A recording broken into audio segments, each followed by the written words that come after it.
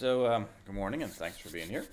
So I've been wrestling around with this question in my mind, and it's why is it that many people feel that they've been struggling with the same thing their entire life?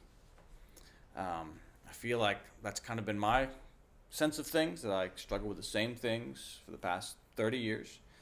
And as I've talked to other ministers, I hear the same thing, that they say, oh yeah, people get frustrated. They get to a point in life where they go, man, I'm 70 years old and I've been dealing with the same thing the entire time. I haven't achieved anything. I haven't gotten anywhere in my regeneration. I don't get it. I heard Brian Keith say, well, that's not actually true, that you've got this kind of this spiral, as he described it. You have your core issue and you're always working on different degrees. Well, I didn't quite get it, and it wasn't. That analogy didn't do a whole lot for me. So I wanted to do some research on it, and there are a few different possibilities as to why a person would be struggling with the same thing. We'll probably get into some of this in the coming weeks, but one answer is it's possible that you didn't conquer. When you had the temptation and it came to you, you didn't conquer. Another option is that there was a treaty. When you have the Old Testament, when Joshua and the Israelites come in, they actually make some treaties with some people that they shouldn't have made treaties with. But what I want to get into today is that this idea that the reason why it feels like you've been dealing with the same thing for so long is because you're working from the same ruling love. It's not so much that you're fighting against the same thing your whole life, but that you're fighting for the same thing your entire life. And there's a difference there. Fighting for the same thing is because you have the same love that governs your life. And if for the past 30, 40, 50 years, whatever, you've had the same love that governs your life, you're going to have different hells come in and attack you. And it feels like I'm still fighting for the same thing. And you are. But you're fighting against different hells that come to attack you. Let me show you where I get start this from. This is from New Jerusalem Heavenly Doctrine. It talks about temptations. All right? It says NJHD 97. I think it's actually 197. I think I missed a 1 there. But anyway. Temptations exist from the evil spirits who are with man, who inject scandals against the good and truths which a man loves and believes.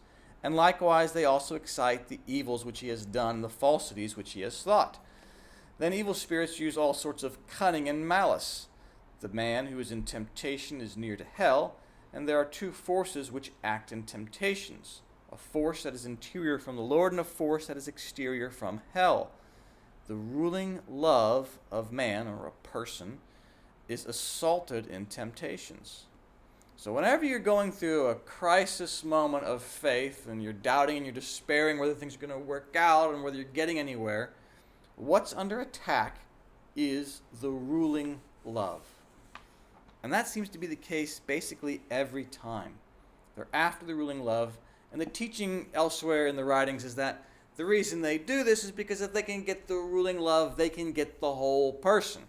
If they take out what you love the most, they can flip you to the opposite and have you be their slave.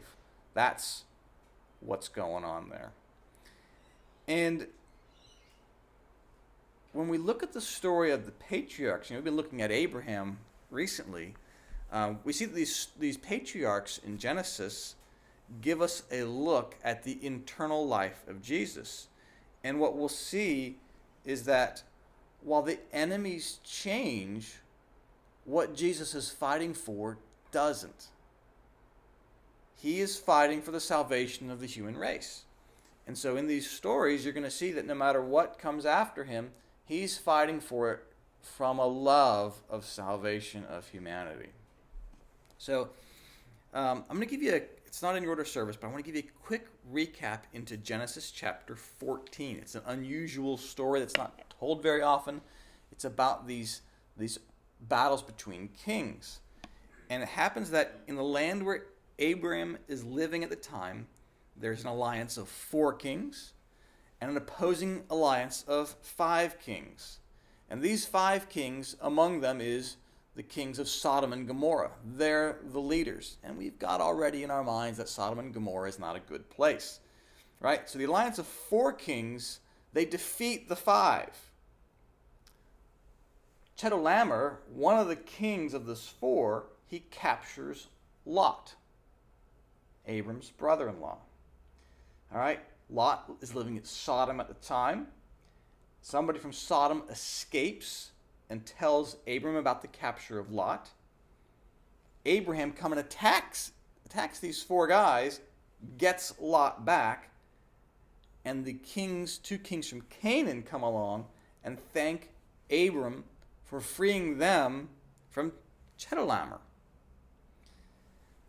Prior to all this warring between the 4 and the 5, this Chedorlaomer had been victorious many times against evil nations. And among the ones he defeated were the ones who were regarded as the most cruel on earth. They were related to the Nephilim. The Nephilim, these are the ones, the giants that were killed in the flood. So these most evil ones are related back to those guys. And they represent basically the worst devils in existence, the inhabitants of the lowest hell. And what Swedenborg writes is that these are the ones who attack the Lord at the earliest point in his life, when he's most vulnerable. As an infant, the Latin isn't clear. It's not like infant as in, a swaddling cloths infant, but as a small child. This is what Secrets of Heaven 1673 in your order of service has to say about this incident. He says, among those who lived before the flood, especially among those called the Nephilim, most dreadful false persuasions existed. The Nephilim were such that in the next life, by their persuasions, they deprive other spirits they encounter of their whole ability to think. As a result, it seems to those spirits as though they are scarcely alive, let alone capable of thinking anything true. For in the next life, as has been shown, there is a communication of the thoughts of all, and therefore when persuasiveness such as this flows in, it inevitably kills, so to speak, all power to think that others have. Such were the unspeakably horrible nations against whom the Lord fought in earliest childhood and whom he overcame, the ones we just talked about in this 4 and 5 king story. Nobody at all would be alive today on this planet, for everyone is governed by the Lord through spirits. And unless the Lord by coming into this world had overcome them, nobody would be alive. Today, those same people, on account of their delusions, are hemmed in all around by what looks like a misty rock, out of which they are constantly endeavoring to rise up, though to no avail. He fights these most wicked of hells from a desire to save the human race. And what it says is that he fights because he's innocent. He's a childlike innocence, like Abram. He just obeys. He does what the Lord says. There's not a lot of thought process to it. That's how he fights, and that's how he beats the worst of these hells. They don't conquer Jesus. He just uses what good and truth he has gained, which is the 4 kings, and that alliance of the 4 kings is victorious. Now, eventually, with some of those 5 that were defeated, they scamper off in the woods and they come back and cause trouble later. But it's the Lord's love of humanity in this story that's what saves us. As we move forward in the Genesis story, we see more of this same thing. In Genesis chapter 17, it talks about the Lord being tempted again, and Secrets of Heaven 2:3-4 has a similar kind of result. It says, this similarly shows that in the union of his human essence with the divine essence, the Lord had in view the conjunction of himself with the human race.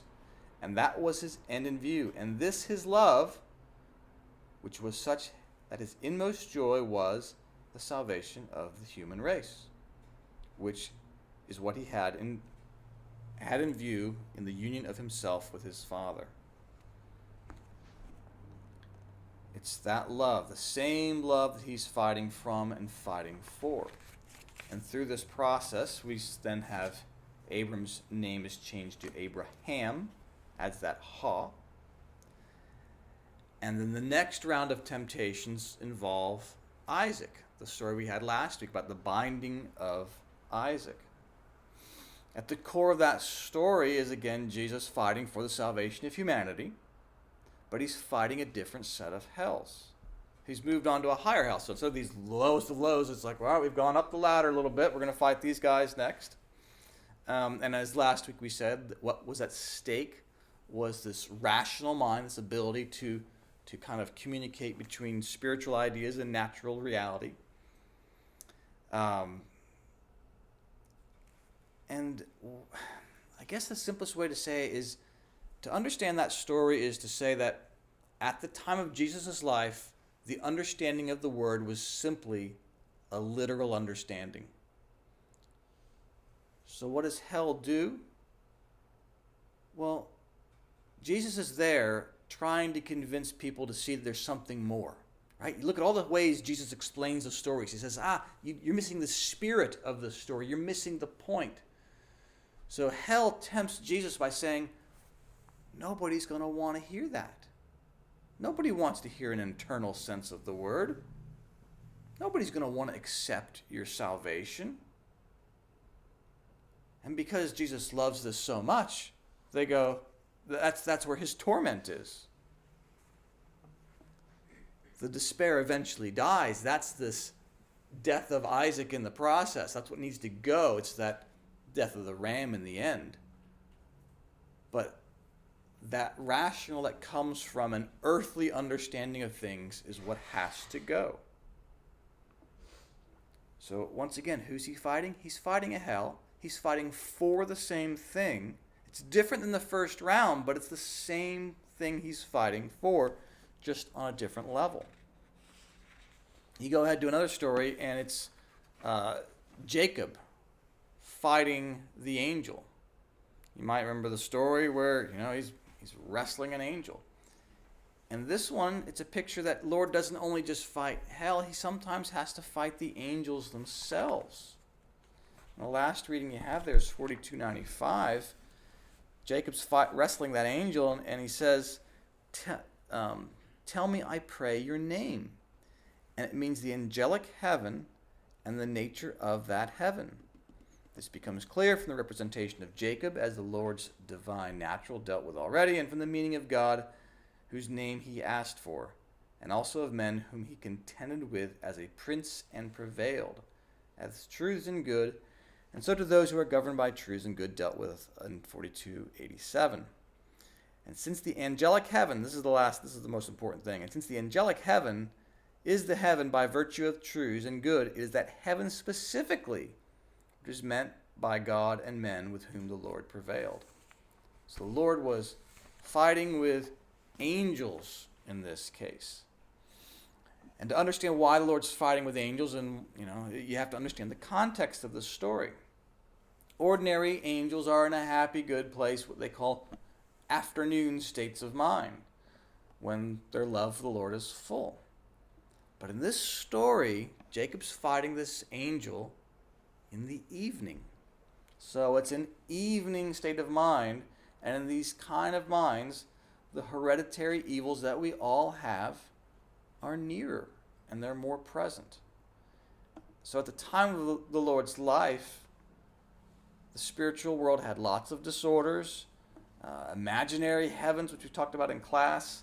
Devils had infiltrated the heavens. And when those disorders exist, it makes it much easier for the angels to have issues too.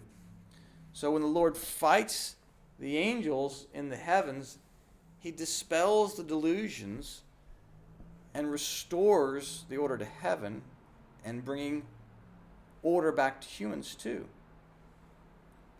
But what I think about in this story is, and the angle I like is, if the angels love the Lord, they see the Lord is suffering through these temptations. So what would the angels suggest to the Lord as a method to getting out of this mess? Wouldn't they just say, Jesus, you can't save them. They're too evil to be saved. They're too far gone. I mean, haven't we said that about other people? So-and-so, I give up on them. They're too far gone. Wouldn't the angels say that to the Lord? And as his love is to save everybody, that's going to be the Lord's temptation, to give up on someone. Because it just seems impossible. The angels might then say, well, how do we fix this then? Well, if that person won't be saved on their own, why don't you just force them? God, just force them. Just snap your fingers and make them good. It's one way to do it. This is the wrestling with the angel. Eventually the sun rises to Jacob.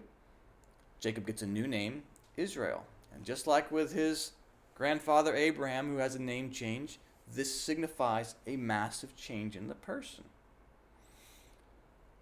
Each one of these temptations focuses on the Lord's love for salvation of humanity. Can you see that if you were Jesus, that you feel like you're fighting the same thing your entire life? Yeah, because you are. You're fighting for the same thing the entire way. But with Jacob having this victory, it paves for the reconciliation with his brother Esau. And with Esau is this divine, represents the divine good. So having Esau reconciled with Jacob, truth. Look at that. You have this heavenly pairing again. And that propels the process down to dealing with what's known as the sensuous level, dealing with glorifying the sensory level, which is making your senses subservient to spiritual causes. And that's the Joseph story. And that's why Joseph ends up in Egypt, because it's to do with the senses. Those temptations just keep on coming. And every time the Lord has to say, no, I care about the salvation of the human race. That's what I'm fighting for. And he's putting this down. The hells are coming at us too. And what I'm getting at, the point of all this, is that if we have a singular focus in our life, if our love of life is to follow the Lord's rules, that's what we love the best. Or if our love of the Lord is just to feel like making other people happy, to serving other people, if that's what our focus is, and it's been that way for a long time, you're going to feel, no matter how much you've conquered already, that you're still fighting for the same thing. The same thing is still happening. Because it is. When the hells come into your mind and they say, you've always been like this and you haven't changed, it's not really true. Look at your life now as to what it was 10 years ago, 20 years ago. Where are your mental processes? Where are your states? How are you prioritizing things? If you find that your mental process is better than it was 10, 20 years ago, and you've made some progress. You've done some conquering. And that doesn't mean all your conquering is done. We've all got conquering left to do. But the hells are going to try to lie to you and say, oh, look, we've always been here with you. And we're always going to be here with you. We're never going to let you go. The substance abuse people, they talk about how the guys who shoot up, they say, that needle, you have an appointment with the needle. That's the voice that they say is in their head. You have an appointment with that needle. They're trying to get clean. That's the voice comes back. You've got an appointment with that needle. No, I've conquered. I'm still conquering. I haven't won it all. But just stick with it, because you're fighting for the same thing your entire life. That's the reality. And if you can keep in mind that, it's the same problem, but you're dealing with it on different levels. You're marching up that ladder. Hopefully you can find the hope and the courage to keep on persevering when those lies head your way. Amen.